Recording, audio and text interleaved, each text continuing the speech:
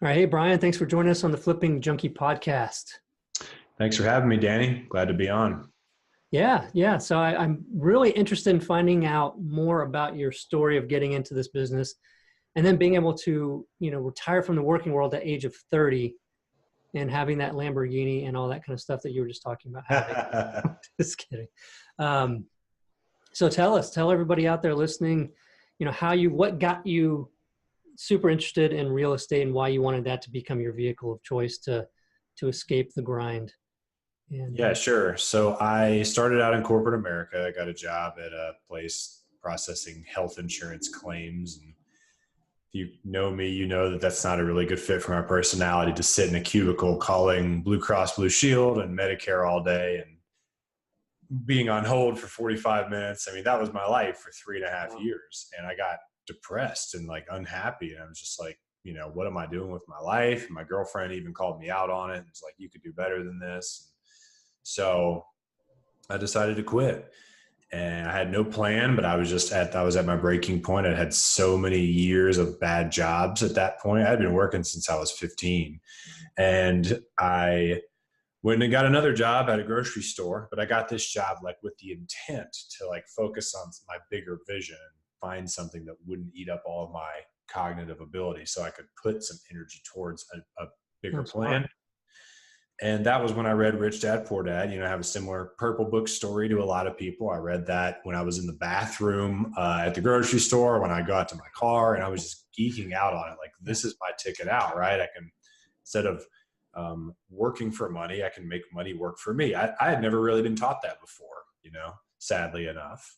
Wish they would teach finances in school, right? Anyways, I met a guy who was doing flipping, rehabbing, and he would come into the grocery store. He was always wearing like sandals and gym shorts, and he had a good tan, and he never seemed to be rushed, and he had a real cool Mustang. I was just like, man, what do you do and how can I do it? Every time he came in, I would annoy him. And this guy was younger than me. And he was successful. And so he eventually taught me about, bird dogging, where you could find deals for investors, because that was a problem they had. They needed more deals. So I started driving around, writing down addresses, sending yellow letters to ugly houses, and then the phone rings and I run to the bathroom of the grocery store, lock the door, and I'm in there talking to sellers with my apron on. And I'm like, they want $70,000 for the house. I've got about $70 total in my bank account. So I'm like, what am I doing? But then I'd run to the mentor and tell him what happened. And eventually he bought one of the leads that I generated through my yellow letters, and he paid me $1,000, took me out to lunch, like slid the check across the table. And I was like, I don't think I had ever gotten a check that was $1,000 before. Like, it had always been like a little below that. Yeah. And I got it in probably only a total of like a few hours of cumulative work. So I was like, whoa, $333 an hour bird dogging, or $9 an hour at this grocery store. And so I decided to jump in full time and bird dog for him. And that year I found a total of 9 deals. So I made $9,000. I remember my tax return that year said $9,000 on it, like gross or whatever. So that was my first year as a real estate investor. I also probably went into about $6,000 of credit card debt, and that's what I lived on that year. Oh, wow. But I learned so much, and and every year after that, I made more money and more money and more than I'd ever made. And, it kind of blew up from there. But I did have to sort of dive in with both feet and take that risk. I did start out wholesaling because that's what everyone kind of said to do. So after the bird dogging phase, I shifted to just putting the house under contract myself. I stopped running to daddy, every time I got a deal. And I started like dealing with it myself. I was scared, but I did that. And we built a big wholesaling business, and we were doing, just to fast forward through the story, we were doing like over 100 deals a year, making over $1 million a year for about 4 years in a row. We grew it to where we had 10 employees and all that. But even that wasn't like really what I wanted. Remember when I was in the grocery store, the Rich Dad, Poor Dad, all I dreamt of was having my bills covered by money I was not working for. Yeah. But I was working my ass off as a wholesaler, with a big business of 10 people doing $1.5 million in revenue a year, 100 deals. And so that's sort of when I shifted and I said, I've got to start focusing on passive income. I've got to start finding ways to keep these properties. Even then, I was really scared to keep a house. I had only assigned contracts. I'd never actually closed on anything, you Wow. know? There was like all these successive leaps and like what I believed I was able to do. And that's when everything changed for me. I was able to get about 25 rentals or so in a few years of really hustling and working at that. And then my bills were covered by the income that they generated. And that's when I backed out of the wholesaling business. And, you know, fast forward a couple of years later, I'm still buying rentals and I'm teaching other people how to do it too. Yeah, nice.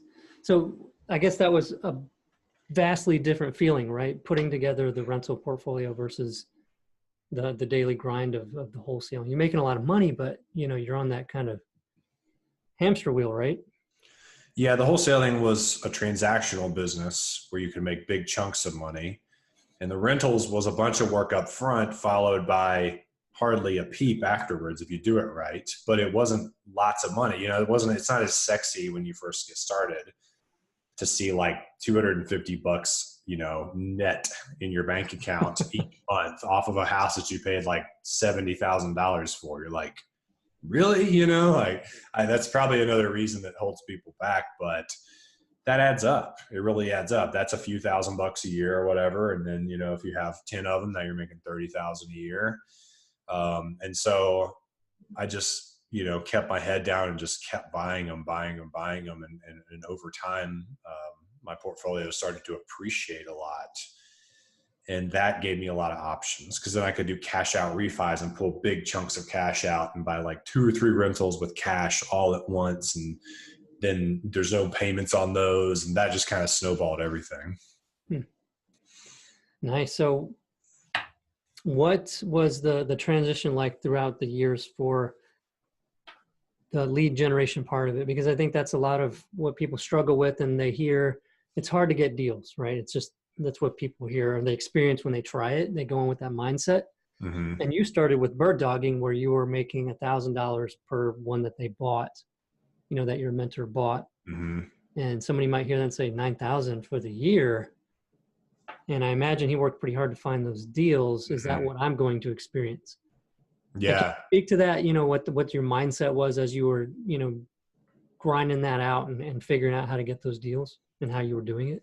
Yeah. Well, you know, to the people that are thinking that, you know, the decision for me to just bird dog was just based upon my limited mindset. I didn't believe I could go find a buyer or I could figure out the price to get it under contract for, or figure out how to fill out a contract. It was like silly things that I believed.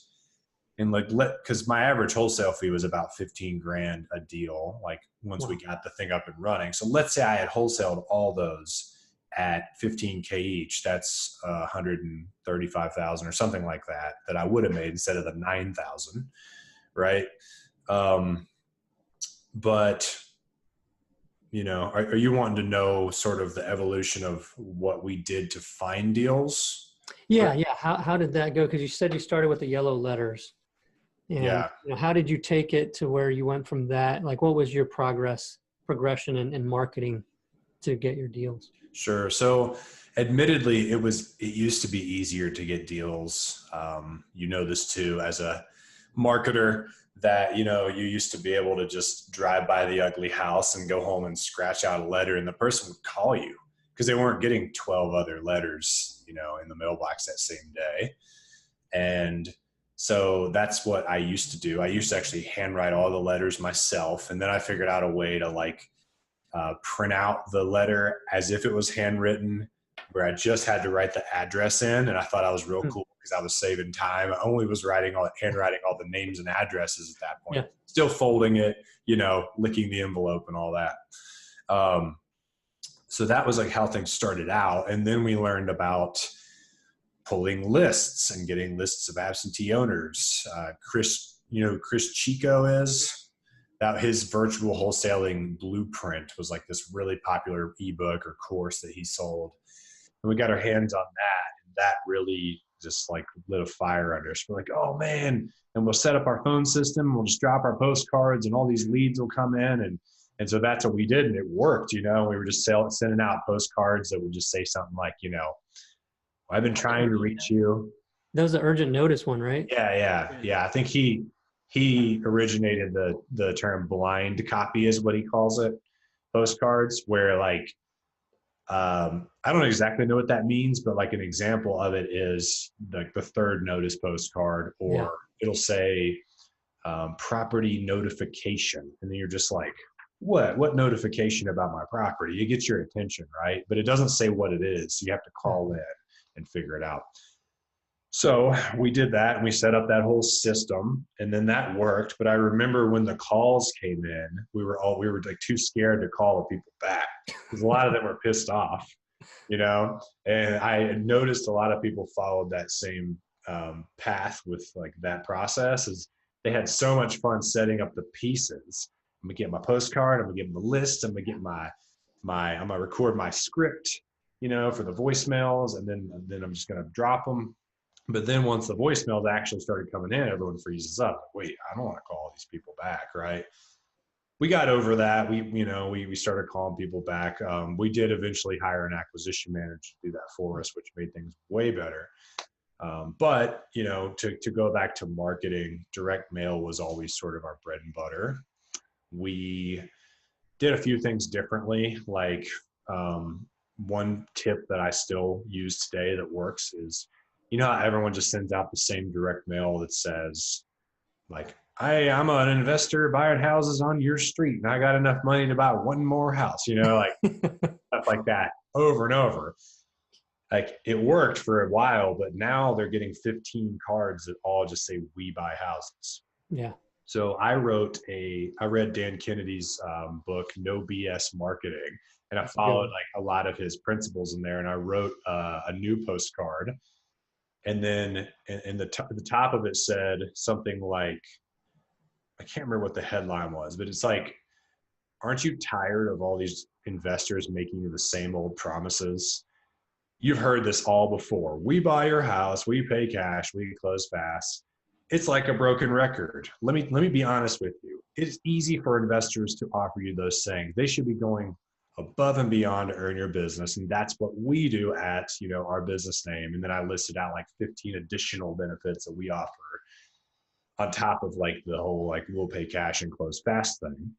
And that was our best performing postcard ever. Wow. Because it was the only one that was actually different from all the others that are sitting on the seller's coffee tables. It actually like attacked those postcards, not in like a, you know, kind of, it positioned itself against them. Yeah. So that's what I encourage people to do. Like you have to find a way to be different. You have to find a way to stand out. And Dan Kennedy has a great quote. He says, if you haven't offended somebody by noon, you're not marketing hard enough. I love that quote, right? Like you have to be actually like so boisterous that you are willing to offend some people, because your marketing stands out and it's not boring. So if you want a better ROI, stop sending out letters that say just we buy houses cash. Yeah. So that's interesting. Yeah. I mean, and did that last? I mean, did you find that you ended up having to change that up over time? Or how long do you think that you used that type of postcard? It's hard for me to say accurately because it lasted the whole time we were doing wholesaling. And now that I'm just doing buy and hold, I'm using it again and it works, but it's like on a much smaller scale. So I can't really say like, yeah, it lasts. And it's also probably to different lists at this point than we had back then. But you know, like it wouldn't last forever because nothing does. Like any marketing message you get desensitized by. It's the same reason why, like, you know, Bud Light keeps changing up their commercials, right? Is because they wouldn't just run the same commercial over and over again. You get really tired of it, desensitized to it. So you have to change it up regularly. That's a big point because we still get in the mailbox a bunch of urgent notice type postcards. I'm like, wow, still doing this? Like, you know, I don't even bother to look at who it is anymore. I'm just like, I don't care. It's just the same kind of stuff. What I always struggle with trying to make it different was what the title should be. I mean, what that message that screamed out real big should be. And it was always kind of hard to, and maybe just overthinking it. When you were doing that postcard, do you remember what your main message was at the, your headline, I guess? I think there's a couple of philosophies on headlines. One of them is that you just you follow this formula and it's how to, and then it's whatever your customer's biggest desire is without your customer's biggest fear. Mm. Okay. How to, whatever they want without whatever they fear. So maybe they want to sell their house quickly, but they don't want to deal with a bunch of like investors who are going to like rip them off or take advantage of them or something. So you would make that into a headline. It's like, oh, that's what I want, right? So you're trying to enter that conversation that's going on in their head already. Yeah. That's one philosophy. The other one is just like to say something that's just sort of outlandish and it's like an attention grabbing. Have you ever read I'm sure you're probably not a regular reader of it, but are you familiar with the National Enquirer? Yeah. Yeah. You know, so they're like a lot of marketing books actually refer to that magazine as an example of what to do of someone who's doing it right. Even though all their stories are BS and they make up stuff about aliens and all this crap, it gets your attention when you're standing at the checkout line at the grocery store. You're like, what? Out. You know, like I didn't know that Brad Pitt has an alien girlfriend or something. Yeah. You know, just for a second, you're just like, oh my God, got me again, right? Like, but it keeps getting you. It could be true. Yeah, maybe it's true. Maybe I'll just flip through this. You know, I remember one time I did actually Google something to see if it was true, and then I was like, of course that wasn't true, Brian, you idiot. Like, well, you know, like there's like this little part of me that still believes that maybe they're going to write some true stories. Yeah. Point being, though, they call that a pattern interrupt because it interrupts your pattern of what you expect things to be. So you're going around the grocery store, you kind of expect like everything makes sense and logical, and you see something that doesn't make sense, it interrupts your pattern, and then you're just like, what? And so then you'd have to ask the same question yourself when you're writing marketing messages to your customers. How can you interrupt their pattern? You know, something that they're not going to expect is going to get their attention. So something like, I also want to buy your house, but I'm not going to give you crap for it. Yeah. You know, and then like, whoa, what is like the honest person, you know? And then it goes into say what you will do, you know what I mean? Yeah. Like that's the pattern interrupt. Like nobody, like everyone else wants to tell me how much cash they're going to give me. And I know they're full of BS. And this guy's telling me, you know, anyway. Yeah. You could literally put like lowball offer inside, you know, like in big bold letters on the outside of your envelope or something. Yeah. They're just like, what, you know, like they've got to open that. Right. And then, you know, yeah, you're right. Then you could go on to explain that in the copy. But yeah, your marketing can't be boring. And that's something that I can sit here and talk about it on this podcast like it's easy. But, you know, when I get into the process of creating marketing messages that follow these rules, it's still uncomfortable for me because I realize it is going to offend some people and it's going to be shocking and it's different, right? And so a lot of being a good marketer comes to like back to getting out of your own way and not letting your own ego be like worried. What are people going to think about me if I release this or that? Yeah, because you're coming from all your knowledge and experiences and, you know, putting yourself in, and even trying to put yourself in someone's shoes facing a certain predicament is not even probably helpful because unless you're targeting that specific situation, like there could be all sorts of reasons why somebody's going to respond to one thing and not something else, right? So it's all about kind of maybe making an educated guess and testing which ones kind of work out. Another thing that works well is like to target your messages to each specific type of list. Just for an example, one of the lists that worked really well for wholesaling for us was vacant land.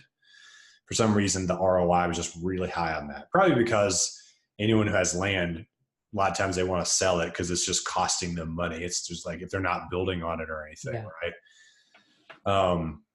But like the postcards that we would send would say, we want to buy your vacant land. We are Tennessee's premier buyer of vacant land. You know, we specialize in buying land, even though we didn't, you know, like we did, but we bought all kinds of stuff. But like, that's what makes you stand out. Like if you had a house, if you had like a Victorian style house, right, which is sort of a unique house, right, and you wanted to get it painted, and you're looking in like you're looking on Google. I almost said Yellow Pages. You're looking on Google to see like what painting companies are in your area. And one of them says like Victorian house painters are us or something. you're going to click that one over just the guy who paints anything, because you assume they have specialized knowledge about painting Victorians. Maybe there's like certain tools or certain, I don't know, like they know more about the colors and the way that it like lights up the room because the ceilings are so tall. I don't know. I'm just making this up. But the point being is that like niching yourself down works well too. So you can create the appearance of niching yourself down list by list by list. If you know an absentee owner, you say, hey, we specialize in buying properties from landlords, right? Like, and we have this whole process that makes it like really easy for landlords. We'll do this and that. And it has to do with the tenants and the leases and the deposits and the keys. And like, it's real specific, even though that's not the only type of house we buy. If I'm going to write a marketing message to that list, it's going to be about that person. It's not just going to say we buy houses, getting back to the original point. Yeah, that's big. Which have been your favorite list to mail to over the years?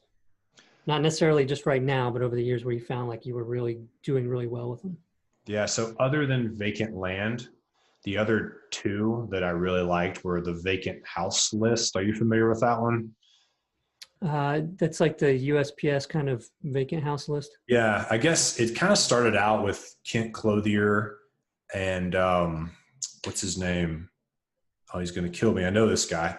Kent Clothier and another guy kind of partnered and made a software called Find Motivated Sellers Now. Right. And I actually got access to that through coaching with Kent one-on-one, and we started using it. And it worked great, you know, because it had about a 50% accuracy rate at predicting which houses were vacant. And it's huge to know which houses are vacant, because those are the ones where like someone's wants to sell it most likely. So that list did well for us. And I think you can get vacant lists now from a variety of places. I don't think that like they hold the rights to every vacant list, you know. It's weird because it used to be something that you could actually get from USPS yourself. Really? If you were not for profit. Interesting. So it always made me wonder if they sort of like somebody had, you know, known somebody that had a not-for-profit, and that's how they were getting them and selling them. Maybe they started a nonprofit. But I could have. I don't know. Yeah, it may have been worth it. Yeah, seriously. Yeah, I don't know. But yeah, I think they would get the USPS data and then they combined it with like 5 other data points. And then that combination, anything that matched all 5 would be the vacant house list. It would make the list. But they didn't disclose what they were, of course, because it's proprietary and that's how they built their software. So that one did good for us. And then, you know, the third. Stopped working after a while though, as more people got it. I mean, I might have used it for about 3 years.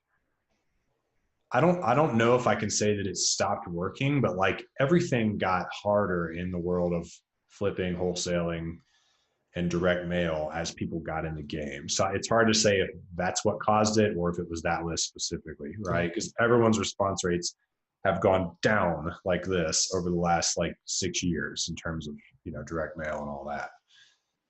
So the third ranked list, if the first one is like vacant land, second one's vacant houses, the third ranked list in terms of ROI for us was always absentee owners. Not a big surprise there. Out-of-state absentee owners especially. And then the fourth one would be owner occupants. Remember when we added that in to our mailing, it cost more. Like the absentee owner list in Nashville might have only been like 5,000 people, and the owner occ one was like 20,000 people. So I'm all of a sudden like spending way more money to mail that list, but it brought in a lot of extra revenue. So like once you're ready to add that in, it really boosts things. And that was sort of our, I mean, we were kind of like the list geeks. Like we used List Source, and we would always use the mapping feature and just draw polygons around the hottest pockets and really target those. So we wouldn't just pull like for a whole zip code necessarily. We would go interview cash buyers and find out where the biggest players were putting their money, and then just go pull all the records from like that one neighborhood and hit it really hard. So it wasn't really like we just had a list of all the absentee owners, all the owner occs. We had probably we probably had it broken down into like 25 different lists, and Oh, then we wow. would sort of stagger them out, and it got complicated. Yeah, there's a lot of fun with doing that. And I think there was a way, right, to select an area and look for cash solds.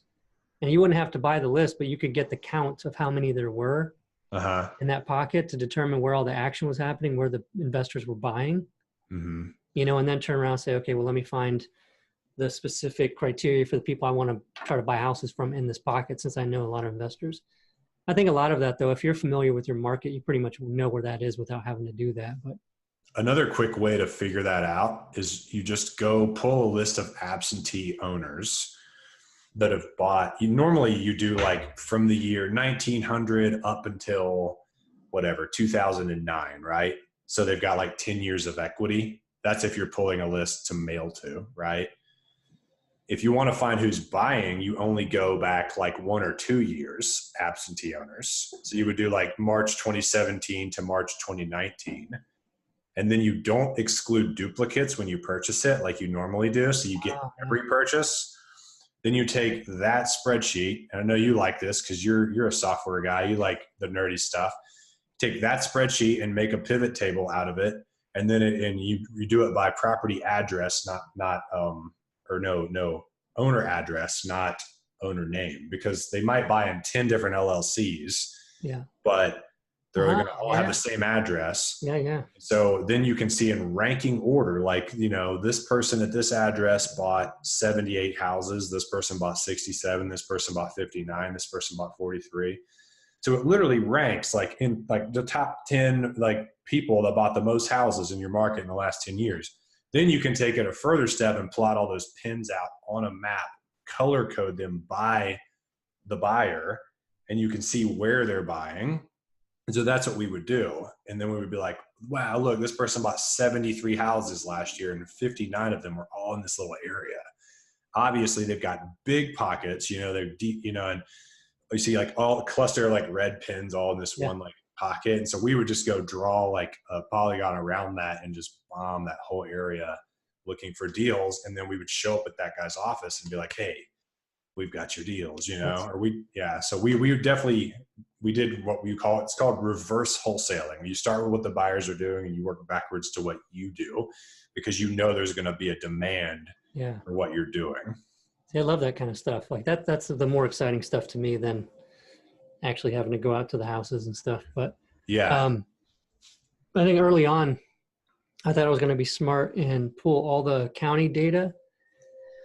And I mean, this was like 16 plus years ago, pull all the county data and then check against like listed properties to check the values and find the ones that were listed at a certain price below like county value, or do something like that. And you could probably even do that in MLS, a lot of the MLS, I'm not sure, but I think it was just this whole idea of like building it that was more exciting maybe, but built a script that would hit the county's website to pull every single address, property information. But what I didn't think about was that my script was hitting their website like constantly over and over again.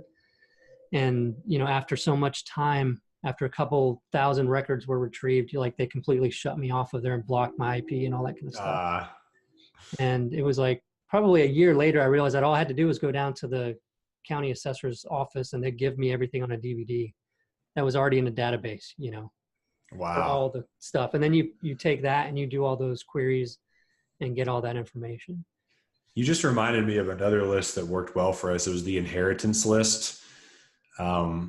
Anyone who's just inherited a property. So if there's like an estate where someone passes away and they leave a property in an estate to someone. And what made me remember that is that we used to go to the courthouse and you sign in, you go sit at this ridiculous looking computer. It was like this really oversized screen, but it looked like you're playing like Atari on or I don't know. It was just like, it wasn't even lit correct. It was like weird. Black and has the green, all the graphics on are just green blocks. Yeah, it was something like that, and you're looking. Yeah, but you could eventually see like the copies of the people's like wills and their estates and stuff like that. And so I'd actually go line by line and write down the addresses, and then go home and mail the letters, and it was so much manual labor. Yeah. But we did learn eventually that you can subscribe to a service in Middle Tennessee that gives you all the information on all the court cases, including estate cases. Way easier just to pay a virtual assistant to log on there once a week, scrape everything, put it in a spreadsheet, and then send it to the mail house. And that worked good for us. Yeah. Yeah, that's the probates have always been great. And I used to actually go down to the courthouse and I'd have to pull the files. I'd have to actually get all the folders and sit there at a table. And there was a guy that was always there. And finally I was like, there's got to be another investor or something. So I asked him, I was like, what are you pulling this for? And he goes, oh, I pull them for this company that's national that buys them from me and they sell them to investors. And I was like, well, why the hell am I doing all this? It's like, I'll give you like 75 cents per record, but it has to match this criteria. It has to have a house, like a property involved. Because I think he was selling them everything, even if it didn't have like a property. Right. I was like, just give me those and I'll pay you 75 cents. That way you make money on top of what you're giving to them. You're selling the same records back to me and I'll give you. So we did that for a long time. I think it's just probably ended about 2 years ago when he went off to do something else. But wow. And then we'd get them sooner, I think, than other people getting the national list from some of those probate companies. That's pretty smart. What a fortunate relationship that you struck up there that one day just by asking him. Right. So you never know. You see somebody in there, even if it's your first time going there, and asking probably save you a ton of time through. Yeah. It also shows that hustle pays off, because there's people listening to this podcast and they're like, what do I do? How do I get started? And we're sitting here sharing that we used to go up to the courthouse and sit there and look at folders and files of information. It was boring, and you don't have to do it that way anymore, but like, you're going to have to go through some crappy stuff to like get off the ground, right? And get running. You can't just be someone who knows nothing and has nothing and expect the world to just be handed to you. You're going to have to get a little hustle on, to get some action going. I like that. Yeah. And I think the benefit to that is, especially when you're new, being willing to do the things that the other investors are not willing to do. Like there's stuff that you and I will not do anymore. Just because we've found the higher leverage stuff, we might not get everything, but we don't care. We get enough. Right. And, ours has become online, but, there's probably some cases where you can go in to do probates and find stuff that the national providers aren't getting or something. There's probably some ways to do some things like that where you're doing more legwork, but you're finding the stuff that's being dropped from the other investors that have moved on from doing those things. So it's not to say that they don't work anymore. Because you mentioned something earlier that you used to do, and I was like, well, you could still do that. Or it's like the direct mail response rates, or the, it's finding the ones that do work for you though. And driving for dollars even still works, I think. True. Like it's amazing that there's still properties sitting vacant for 30 years with these waves of time where all these investors flooded the market, back in 2006 was super heated. And then again for a long time now, but there's still vacant houses sitting everywhere. Yeah, that's true. You reminded me of another thing we used to do, which was we would send people you could buy these like USPS priority envelopes for like $1 and change, and they'd be, out the door. And you have 100% open rate because everyone's going to open like one of those cardboard envelopes where you have to rip the little tear strip off and then you open it and there's like a piece of paper on the inside. Yeah. And so we would get really targeted lists where we knew we really wanted those houses. Then we'd spend like $1.30 per mail piece to mail them, and stand out from all the postcards and put something in there that really got their attention. So yeah, I think marketing, it's funny. I used to think marketing was only about copying what other people did. Like you just go to a seminar and you find out what like Sean Terry is doing. You just copy his direct mail and you copy his pay-per-click system, copy the cold call system that this other guy's using and then you'll be successful. But, and that works. But the problem is you're also competing with all the other people who are copying that too. If you decide to think completely differently, you can sometimes find like a back door into the same result that the other people are getting with less effort. So like maybe you just decide that you're only going to focus on nurturing really good relationships with all the best property managers in your market, right? And your goal is to get them to let you know, like, okay, this guy has some property. Like we had our property manager send us 25 single family houses a few weeks ago. Like, yeah, I have a client who wants to sell these. Are you guys interested in any of them? And we looked at them, made offers on like 4 or 5 of them. We didn't end up getting to do a deal, like, because they wanted too much. But imagine, if that was all we focused on and we had 10 or 15 other property managers kind of doing the same thing for us. Yeah. That might be enough. Like, it would be enough for what I need now, which is just rentals. So yeah, you don't always have to copy other people when it comes to marketing. If you have a unique idea that people aren't doing and you can focus on that, and that could be your thing. That's how all the ideas got started in the first place. That's how Chris Chico's virtual wholesaling thing got started. It was a unique idea that he came up with, and then everyone copied it, right? So you can be first, Yeah, and the cool thing about that is it might seem like a lot of work, right? Like it could be overwhelming hearing that and saying, well, I'm going to focus on something. I got to do all this legwork. But the thing is, in this business, it's so incredible because it's not like you're going to do all this work to get something that's going to make you $50. right? It's like you got the potential of wholesaling something for 15 grand. Like you can put in a lot of work and still make it worth your while, right? And, Yeah. And so it's definitely, that's the cool and fun part about it. I don't know that I would have got as interested in finding out those different things or trying things or going to the courthouse if I didn't know that every time I was opening a file, there was a potential that I was going to make 15 grand from opening that file. Mm-hmm. It makes it exciting. Yeah, that's very true. You can afford to spend more money on it too, because you're like, it's a classic ratio in business that you look at. It's like customer acquisition cost next to the lifetime value of the customer. And they're supposed to be at like a ratio of 3 or 4 to 1 to be a healthy. So if your deal is $15K, you can afford to spend like 3 or 4K to acquire that person, right? So you have a lot of like screw up room to get one deal. You can spend 3 or 4 grand. If you're spending more than that, you can't afford to like build a team under you and stuff. So you have to look at that ratio of customer acquisition cost to lifetime value. But yeah, there's a large room for error when it comes to real estate, because some deals might make you 50 grand, then theoretically you could spend like $12,000 in direct mail to find it. Right. That's a lot of postcards. Yeah, that's awesome. And that's the thing, right? In the getting started at the beginning, it's the grind to get the first one that makes you the money that makes the second, third, fourth, fifth easy to get. Yep. Right. Absolutely. Makes me want to go out and start again. I'm glad I'm motivating. I get motivated by my podcast guests a lot too, but to be honest, I don't usually do anything with it. Yeah. Well, we got all the online stuff generating it. It's like coming up with these different ideas for legwork and stuff. I'm too busy to do it anyway, but we get someone out there to try it. Get a friend. But this has been great, Brian. I wanted to talk a little bit about your podcast. Have you share a little bit about what you cover on your podcast and anything else that you'd like to share with anybody listening right now? Sure. So the podcast is called the Virtual Real Estate Investing Podcast. At any moment, I'm going to change the name actually to 12 Houses to Freedom. So it's going to be one of those two. But if you just look up my name, you'll find it, Brian Ellwood.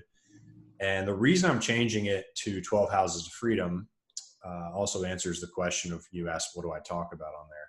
My big passion is helping people pay their bills with passive income so they don't have to go trade their time for dollars and get depressed and miss out on life like I did for so many years.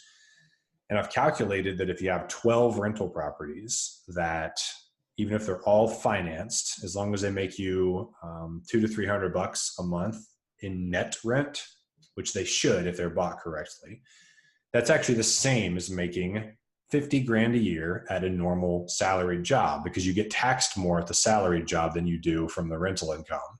And 50K a year is the average American income. So owning 12 rentals is the same as having a normal job in America. So most people in America could actually pay all their bills with 12 rentals and no other income. And so I'm like, why wouldn't this be like, their very first thing? Everyone's very first goal should be to get 12 rentals, because then at least you have, and maybe you need 70K a year to live, but like if you have 50 of it coming in but passive, it's not hard to make up the other 20. You don't have to stop at 12 either. You know, people ask me that. Well, what if I want more than 12? Get more than 12, right? No, but you like, have to stop. The magic. but don't, until you have 12, don't worry about getting 100, you know, just focus on 12 because you can snowball to more. And so I teach people how to do that on the podcast, even if they live somewhere where houses are not affordable, because I live in Denver, right? So I have to invest virtually in Tennessee. And then if they have very little time to do it, because I show you how to build a team and run it virtually in just a couple hours a week. And then even if they have no money, because I show people how to do things like seller financing and private money and all these different creative ways to get in the game. And yeah, that's what I do. I also have a free course that anyone who's listening to this can access, where I go over all the different ways that you can finance real estate. And I just deep dive into it because I want people to stop having this as their excuse. Like I want to buy real estate, but I don't have the money. Right. So this course is sort of the answer to that problem. And you can get that for free at fearlessfinancing.com. Nice. And we'll put that in the show notes too for anybody listening to get that. Appreciate everything, Brian. It was a great episode. Really enjoyed talking about the marketing aspect of it. It's been a little while since I've gotten into those different ideas like that. You definitely had sparked some creativity there. But yeah, an excellent podcast. We just did a episode where you interviewed me recently. So if you guys want to hear that and hear me being interviewed instead of me interviewing somebody else, check that out. And he's got a lot of other great episodes. So yeah, thanks for having me on. And your episode will be dropping probably in a couple weeks. You guys should definitely go over to my podcast and check out Danny's interview. It was great. And I enjoyed it too. I haven't actually really gotten geeky about marketing in a while. And I love marketing. It's such an important thing to figure out if you want to be a successful entrepreneur. So thanks for the interview. Yeah, absolutely. All right, man. Well, have a great one and keep in touch. You too. All right.